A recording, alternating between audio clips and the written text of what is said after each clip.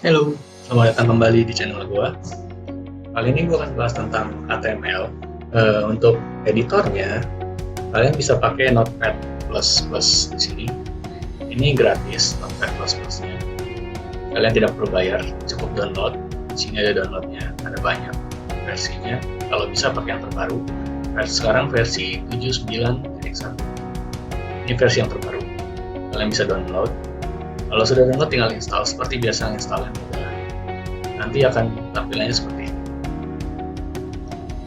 Nah, ini adalah Notepad 7.9.1. Biasanya kalau gue sih untuk pemrograman website itu pakainya Notepad++.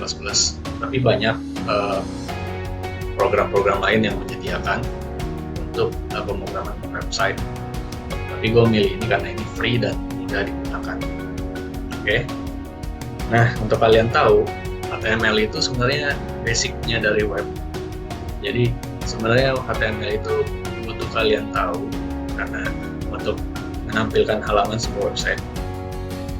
Oke. Nah, HTML itu terdiri dari 3 bagian, yaitu HTML, head, dan body. Nah, itu adalah 3 tab. Kalian bisa tuliskannya berupa HTML dan ditutup dengan slash HTML. Nah, di dalam HTML ini ada yang namanya head. Semuanya huruf kecil ya, nggak ada yang huruf kapital. Apa yang telah kalian buka tabnya, kalian harus tutup tagnya dengan slash nama tagnya. Nah, ini HTML. Di dalamnya ada head. Headnya itu berguna untuk menyimpan informasi meta seperti judul dan chart set halaman. Nah, chart set halaman ini juga ada di sini. Dan kalau kalian ada memakai CSS itu ada 2, inline dengan outline. Inline ada di head. Oke. JavaScript juga ada di head, ditaruh di head. Oke, kalau kita di sini cukup kita judulnya aja. Kita tulis belajar website. Oke. Di sini kita selesai di head, kita tulis body. Tutup dengan body. Nah, di sini file script yang kalian tuliskan untuk menampilkan sebuah halaman website. Oke, kalau di HTML ada banyak tag yang kalian bisa pakai. Seperti contohnya heading. Heading itu untuk membuat tulisan judul atau segala macam itu ada 6 bagian. H1 namanya. Ini heading 1. Jangan lupa ditutup. Sampai dengan heading 6. Bedanya besar kecilnya sebuah tulisan. Makin besar, makin kecil H-nya, makin kecil heading-nya, makin besar ukuran font-nya, ukuran tulisannya. Jadi H1 itu yang paling besar dan H3 itu adalah yang paling kecil. Oke, ini gue tulisin dulu semuanya sampai H6. Nah, H6. Nah, ini kalian bisa lihat heading 1 sampai heading 6.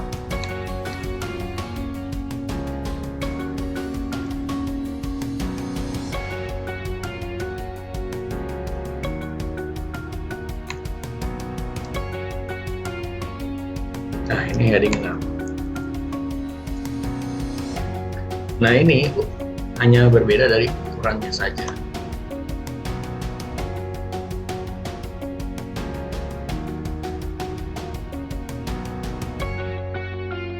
Oh iya, ini lupa ya, ini harus title ya.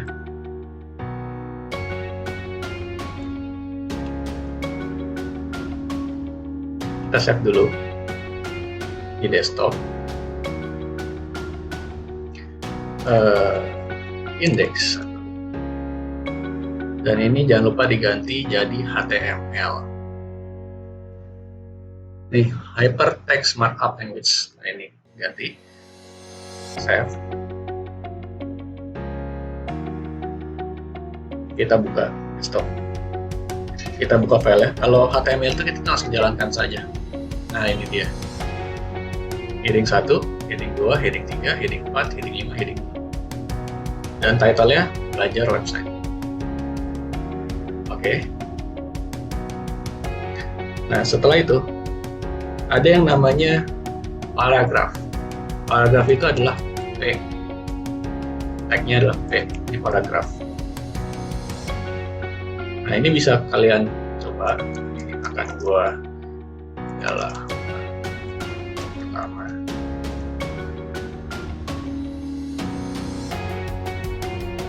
Dan di sini adalah paragraf kedua. Pokoknya paragraf itu adalah P. Mau bagaimanapun dia gunanya adalah P. Paragraf ini langsung ada enter. Jadi di setiap sini ada enter. Kalian tidak perlu pakai enter. Oke, kita refresh. Nah, paragraf 1, paragraf 2 ada enternya. Kalau kalian nggak pakai, kalau kalian mau langsung, misalnya ini adalah contoh tanpa P, tanpa P.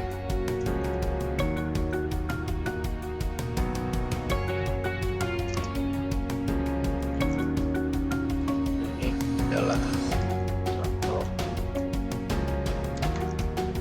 paragraf 2. Nah ini kalau nggak pakai tag P, maka ini nggak bakal ada enter. Nah, ada enternya kan? Caranya kalau ingin buat enter tanpa kita pakai paragraf, kita pakai yang namanya BR. BR itu adalah untuk membuat enter. Jadi untuk membuat new line. BR itu singkatan dari break. Nah, ada enternya, ya kan? Nah, ada lagi yang namanya B. B itu ada bold. Kalau kalian pakai bold, jadi seperti Word, kalau di Microsoft Word, bold itu untuk mentebalkan tulisan. Di sini pun sama, ya, HTML. Jadi tinggal kalian di update dengan tag bold B, ini akan buat jadi tebal, paragraf 1 tebal. Dan ada lagi italic. Italic itu I. Nah, I.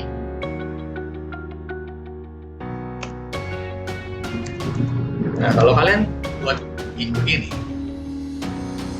maka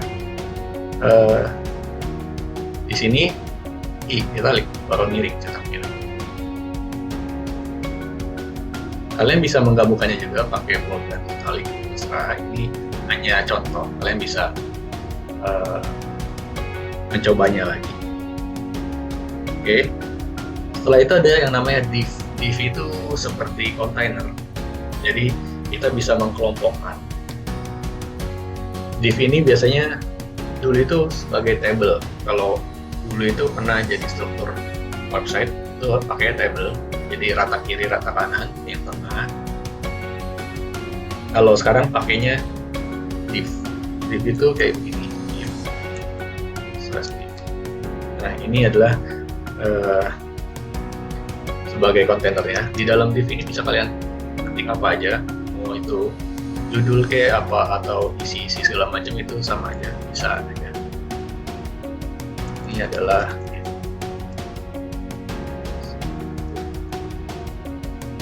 nah di sini ya. Kita coba lagi buat div 2.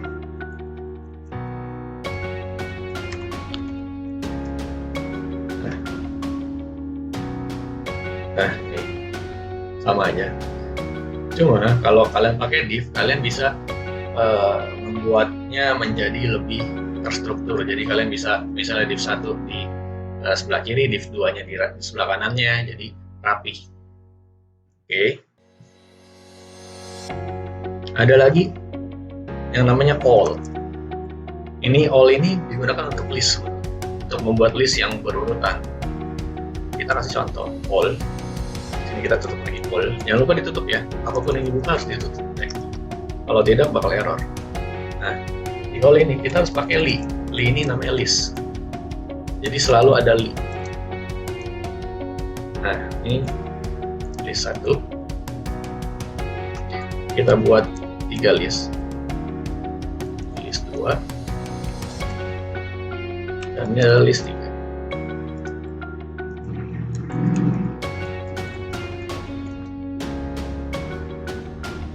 Nah, ini dia, ada nomor ya 1, 2, 3. Sebenarnya kan kalau kalian nggak mau ada nomornya, kalian bisa pakai yang namanya pool.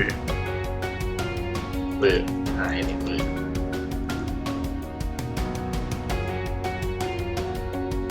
Nah, kalau tag pool ini digunakan sebenarnya untuk list yang tidak berurut. Kita kasih contoh lagi. Selalu pakai li ya, ingat ya. Ini kita buat jadi list. Huruf depannya huruf gede biar kan.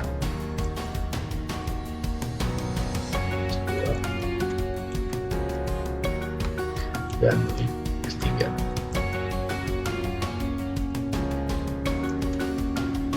Kita refresh. Nah, kelihatan ya bedanya all dengan pool.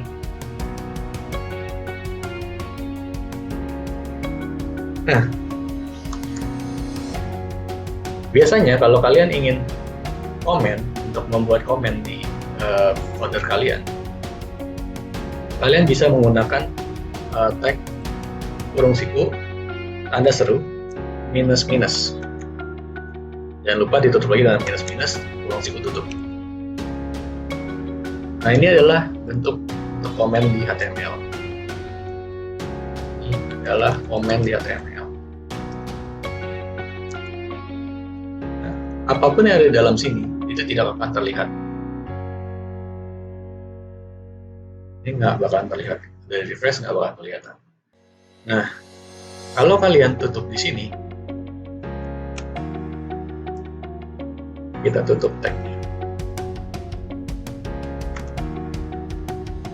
Ini nggak bakalan terlihat di sini. Nah, hilang langsung. Itu untuk kalian membuat komen. Bold yang tadi ini, ada juga yang namanya strong. Kita kasih contoh lagi, strong. Kita buat penggunaan strong.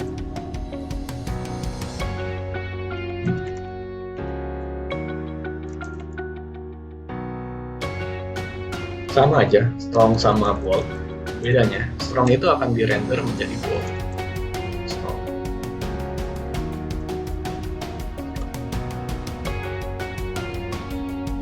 Nah, kita buat huruf kecil biar sama. Sama aja, penggunanya sama, cuma bedanya strong akan di rendering menjadi format bold. Ada lagi, nah namanya EM. EM itu juga untuk buat italic sama seperti yang di atas tadi. Ini adalah EM. Nah, EM ini sama seperti italic. Kita aktif dengan EM, tag EM. Nah, begini. Sama seperti italic, jadi italic, ya kan? Jadi strong akan dirender ke bold, EM akan dirender ke italic, ke tag I. Nah, sekarang gimana caranya kita buat hyperlink? Ini href ini untuk membuat link. Hyperlink. Jadi kalau kalian membuat hyperlink, kalian gunakan href. Isinya adalah link sebuah website. Kalau kalian ingin menuju ke halaman website. Misalnya kalau gua mau buat Google, maka kita ketikkan https www.google.com. Nah, ini nge-link ke Google dan ini nama di websitenya Google. Kalau nama di sini akan dicetak di halaman kalian. Nah, kalau kalian mau ke tempat lokasi, misalnya kalian mau buka suatu file, misalnya file PHP, kalian harus pastikan letak di mana kalian menyimpan file PHP-nya. Itu harus di situ. Misalnya kalian ketiknya di direktorinya tempat kalian save index ini. Jadi kalian tinggal buka file PHP-nya, nama file.php. Tapi kalau kalian berbeda penyimpanannya dengan file index yang kalian simpan ini, maka kalian harus ketikkan letak pastinya di mana kalian taruh file PHP tersebut. Oke, ini kalau begini, kalau tinggal kalian klik, ini akan menuju ke build. Oke. Lalu gimana kalau kalian mau buat image? Kalau mau lampirkan sebuah image di alam website kalian, mudah. Kalian tinggal pakai yang namanya IMG. IMG ini ada source-nya. Source kalian letakkan file gambar kalian itu ada di mana.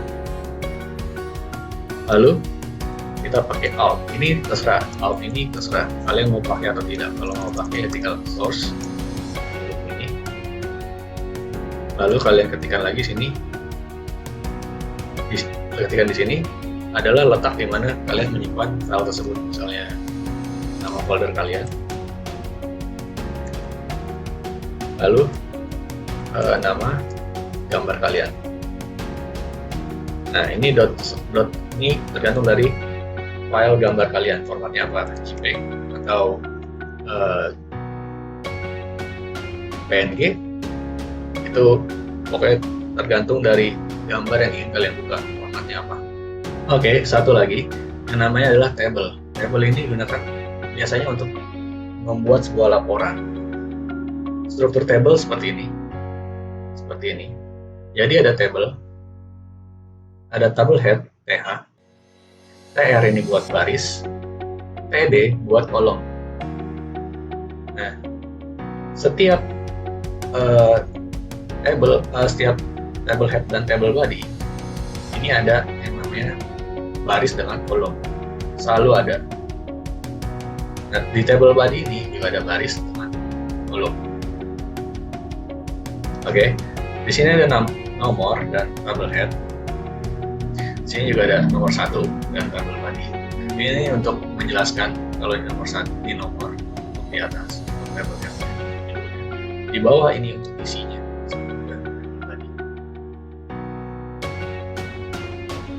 Nah, table ini ada yang namanya border. Border ini untuk membuat garis.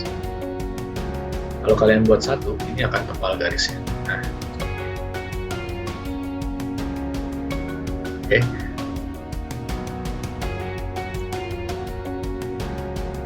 Nah, ini untuk pembelajaran kalian di HTML. Berikutnya nanti akan gue jelaskan tentang PHP, PHP itu untuk pemrosesan berbasis webnya.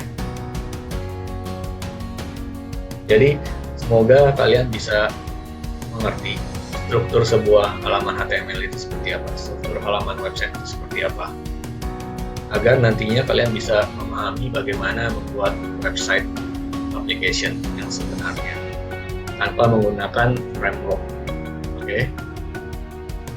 Nanti gue jelaskan apa itu framework segala macamnya di video-video selanjutnya. Semoga video ini kalian dapat manfaatnya. Jangan lupa kalian like kalau kalian suka, dislike kalau kalian tidak suka, share kalau ada teman-teman kalian yang membutuhkan, komen kalau andai kata ada pertanyaan yang harus gue jawab, nanti akan gue jawab. Tinggalin aja di kolom komentar. See you in the next video. Terima kasih banyak.